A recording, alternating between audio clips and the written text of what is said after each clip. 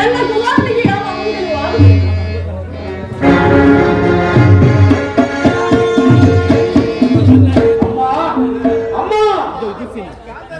ನಿನ್ನ ಸಲುವಾಗಿ ರಾತ್ರಿಯಲ್ಲಿ ಬೆಳಕು ಹರಿಯುತ್ತದೆ. ನನ್ನ ಕುಮಾರನಿಗೆ ಯಾವ ಅಮಂಗಲೂ ಆಗಲಿ. ಅಮ್ಮ, ಈಗ ನಾನು ಯುದ್ಧಕ್ಕೆ ನನ್ನನ್ನು ಆಶೀರ್ವದಿಸುತ್ತಾರೆ. ಇದೆಂತಹ ಕೆಟ್ಟ ಸುದ್ದಿ ಕುಮಾರ, ನಿನಗೆ ಯುದ್ಧಕ್ಕೆ ಅನುಜ್ಞೆ ಕೊಟ್ಟವರ? ಅಮ್ಮ, ಈ ದುರ್ಯೋಧನನ ತೋಳುಗಳಿಗೆ ಬಲಬರುವ ತನಕ ಯುದ್ಧಕ್ಕಾಗಿ ನಾನು ಯಾರ ಅಭ್ಯರ್ಥಿಯನ್ನು ಬೇಡುವುದಿಲ್ಲ. ಕುರುಕ್ಷೇತ್ರದ ರಣಾಂಗಣದಲ್ಲಿ ನಮ್ಮ ಸಮಸ್ತ ಸೈನ್ಯವು ಸಮ್ಮಿಳಿತವಾಗಿರುವುದು ನಿನಗೆ ತಿಳಿಯದೇನಮ್ಮ? ತಿಳಿದಿರುವುದು, ಆದರೆ ಅದು ನಿನ್ನ ಧಾರ್ಮಿಕ ಪ್ರದರ್ಶನದ ಪರಮಾವಧಿಯನ್ನು ಪಾಂಡವರನ್ನು ಹೆದರಿಸಲು ಕೂಡ ತಂತ್ರವೆಂದು ಭಾವಿಸಿದೆ. ಸ್ನೇಹ, ವಾತ್ಸಲ್ಯ, ಪ್ರೀತಿಗೆ ತಿಲಾಂಜಲಿಯನ್ನು ಬಿಟ್ಟು ಈ ಘೋರ ಯುದ್ಧಕ್ಕೆ ಆಹ್ವಾನ ಕೊಡುತ್ತೇವೆ ಎಂದು ಅಮ್ಮ, ಯುದ್ಧವು ಕ್ಷತ್ರಿಯನ ಧರ್ಮ. ಮನುಷ್ಯನ ನಾಶ, ನೀತಿಯ ಪ್ರಳಯ, ಧರ್ಮದ ಪ್ರಮಾಣಗಳು. ನನ್ನ ಮಾತನ್ನು ಕೇಳು. ದ್ವಾರದಲ್ಲಿ ಕೈ ಜೋಡಿಸಿ ನಿಂತಿರುವ ಶಾಂತಿ ಮೂರ್ತಿ ನಿರಾಕರಿಸಿ ನನ್ನ ಘೋರ ಯುದ್ಧಕ್ಕೆ ಆಹ್ವಾನ ಕೊಡಬೇಕು. ಕುಮಾರ, ಯುದ್ಧವನ್ನು ನಿಲ್ಲಿಸಿಬಿಡು. ಅಮ್ಮ, ಯುದ್ಧವು ಕ್ಷತ್ರಿಯನ ಧರ್ಮ. ನಾನು ಆ ಧರ್ಮವನ್ನು ಪಾಲನೆ ಮಾಡಿರುವನು. ನನ್ನನ್ನು ಆಶೀರ್ವದಿಸು. ಅಪೌರುಷದ ವಾಕ್ಯಗಳನ್ನು ಕೇಳಿ ಕೇಳಿ ಬೇಸತ್ತಿರುವನು. 100 ಜನ ವೀರ ಪುತ್ರರನ್ನು ಹಡೆದ ವೀರ ಮಾತೆಯಾದ ನೀನು ಕೇವಲ ಒಂದಲ್ಪ ನಿಮಿಷದ ಯುದ್ಧಕ್ಕಾಗಿ ಇಷ್ಟೊಂದು ಕಾತುರವಾಗುವುದೇ ತಾಯಿ?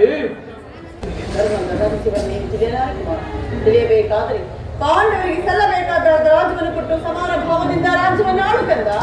ಅಮ್ಮ, ಪಾಂಡವರು ಪಾಂಡವರು ಪಾಂಡವರು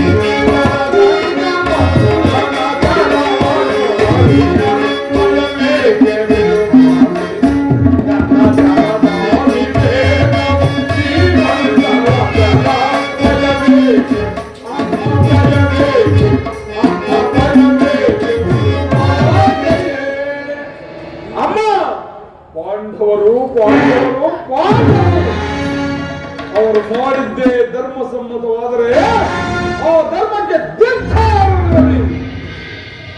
ಕೂಡಿದ ಸಭೆಯಲ್ಲಿ ಸತ್ಯ ಅಪಮಾನವನ್ನು ನೋಡಿಕೊಳ್ಳುವುದು ಕ್ಷತ್ರಿಯ ಧರ್ಮವನ್ನು ಮಾನವ ಧರ್ಮವನ್ನು.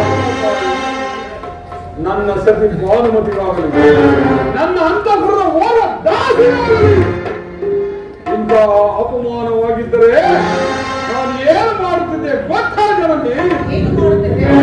ಅಮ್ಮ, ಬರಬಂಧವನ್ನು ಕಿತ್ತೆಸೆದು ಅಪಮಾನ ಪ್ರತಿರೋಧವನ್ನು ಮಾಡಿ ಹಾಕಿರುತ್ತಿದ್ದೆ.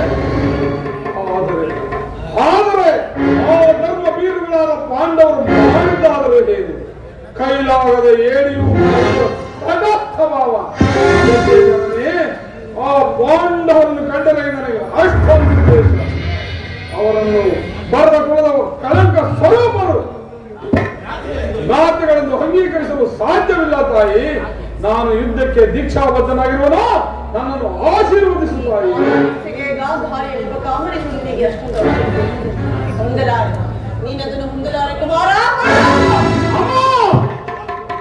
ಮಾತೃವಾಕ್ಯವನ್ನು ಧಿಕ್ಕರಿಸಿದನೆಂಬ ಪಾಪಕ್ಕೆ ಗುರಿಯಾದರೂ ಸರಿ, ಆ ನನ್ನ ದೇಶಗಳಾದ ಪಾಂಡವರನ್ನು ಯುದ್ಧಕ್ಕೆ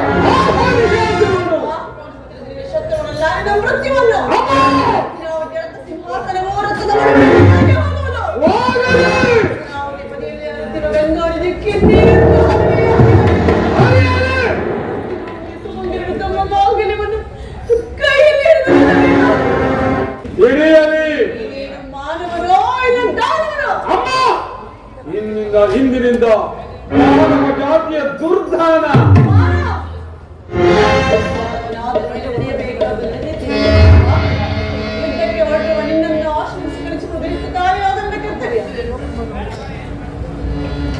ಈ ಗಾಂಧಾರಿ ಅಗ್ನಿಮಯ ಸ್ಪರ್ಶದಿಂದ ಒಂದು ಹುಲ್ಲು ಕಡ್ಡಿಯೋ ಜಾಯ್ಲಿಕ್ಕಿಂತ ಯಾರಲ್ಲಿ ಯಥೋ ಧರ್ಮ ತಥೋದೆ, ಯಥೋ ಧರ್ಮ ತಥೋದೆ, ಯಥೋ ಧರ್ಮ ತಥೋದೆ.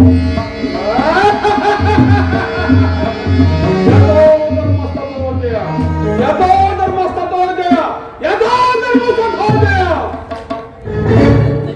ಜಾತಿಯ ಧರ್ಮಕ್ಕಾಗಿ ಪರಬಂಧವನ್ನು ಕಿತ್ತೆಳೆದ ಈ ದುರ್ಯೋಧನಿಗೆ ಜಯವಾಗಬೇಕು.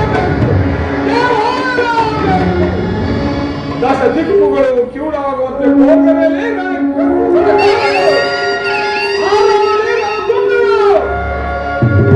ಇಂದ್ರನ ಮಂಗಳದ ಮುಂಬೆಳಕೆ ಪಾಂಡವರ ಅಮಂಗಳಕ್ಕೆ ನಾಂದಿರ.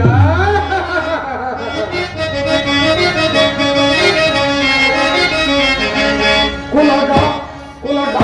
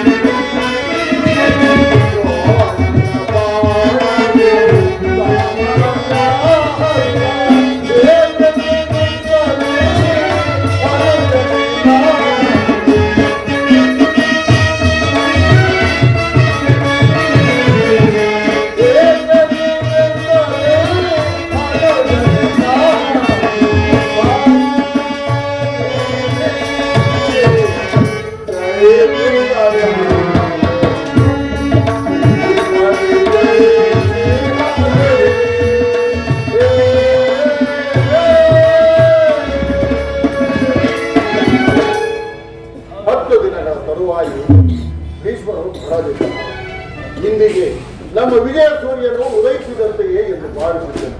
ಆದರೆ ಆ ದ್ರೋಣನ ಬಾಣಗಳನ್ನು ಕಂಡು ನನ್ನ ಆಸೆಯಲ್ಲೂ ಭಂಗವಾಯಿತು. ಇದಕ್ಕೆ ನಿನ್ನ ಉತ್ತರವೇನು? ವ್ಯೂಹದ ಮಹಾದ್ವಾರದಲ್ಲಿ ಸ್ವಯಂ ದ್ರೋಣರೇ ಧನುರ್ಧಾರಿಗಳಾಗಿ ನಿಂತಿರುವರು. ಅವರನ್ನು ಬೆರೆಸಲು ಯಾರಿಂದಲೂ ನನಗೆ ಸಾಧ್ಯವಾಗಲಿಲ್ಲ. ಎನ್ನೆಯ ದಿನ ನಿರಾಶೆಯಿಂದ ಹಿಂದಿರುಗಿದೆ ನಾನು.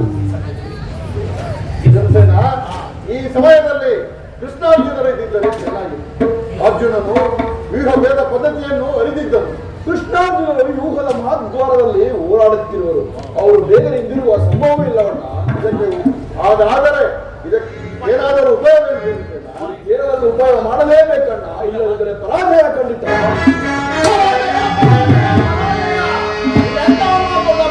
ನಿಮ್ಮ ಕೈಯಲ್ಲಿ ಈ ಕಥೆ ಇರುವಾಗ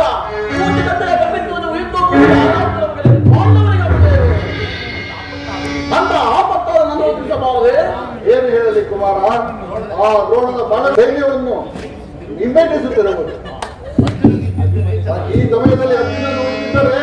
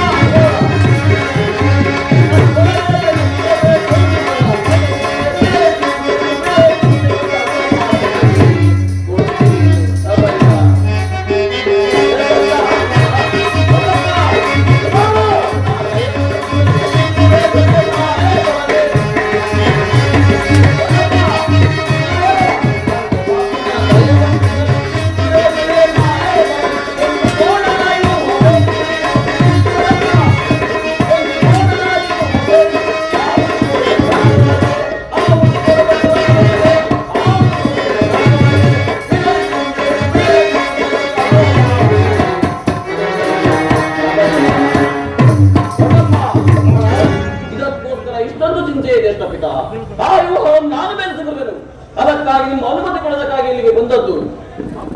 ಬಾಪು ಕುಮಾರ, ಬಾಪು, ನೀನು ನಮ್ಮ ವಂಶದ ಗೌರವ ಸ್ವರೂಪ. ಕುಮಾರ, ನಿನ್ನ ಉತ್ಸಾಹವನ್ನು ನಾನು ಬಲ್ಲೆನು. ಆದರೆ ಈ ಕಾರ್ಯವನ್ನು ನಿನ್ನಿಂದ ಸಾಧ್ಯವಿಲ್ಲ. ದೊಡ್ಡಪ್ಪ ಕುಮಾರ, ನಿಮ್ಮ ಕಣ್ಣಗಳ ಮುಂದೆ ಈ ದೇಹ ಪಾಪಿಯ ಹಜವು ಚಿಕ್ಕದಿರಬಹುದು, ಆದರೆ ಹಲವರಿನ ಜೀವಜ್ಯೋತಿಯು ಚಿಕ್ಕದಲ್ಲ. ಅದು ತನ್ನ ಕ್ಷಾತ್ರಾತ್ಯದ ಚಿರಪ್ರಕಾಶದಿಂದ ಜ್ವಾಲಮಾನವಾಗಿ ಬೆಳಗುತ್ತಿದೆ. ನಾನು ತಾಯಿಯ ಗರ್ಭದಲ್ಲಿದ್ದಾಗಲೇ ವ್ಯೂಹ ಬದಲಿಸುವ ಪದ್ಧತಿ ಅದಕ್ಕೆ ಸಮಯ ಬಂದಿರುವುದು. ಅದನ್ನು ವ್ಯಕ್ತ ಮಾಡಬಾರದಂತೆ ಶಾಲೆಯನ್ನು ಈ ಜಗತ್ತಿಗೆ ತಿಳಿಸುವುದು. ಅಲ್ಲದ ಒದಗಿ ಬಂದ ಅವಕಾಶವನ್ನು ಬಿಡುವುದು ಉಚಿತವಲ್ಲ.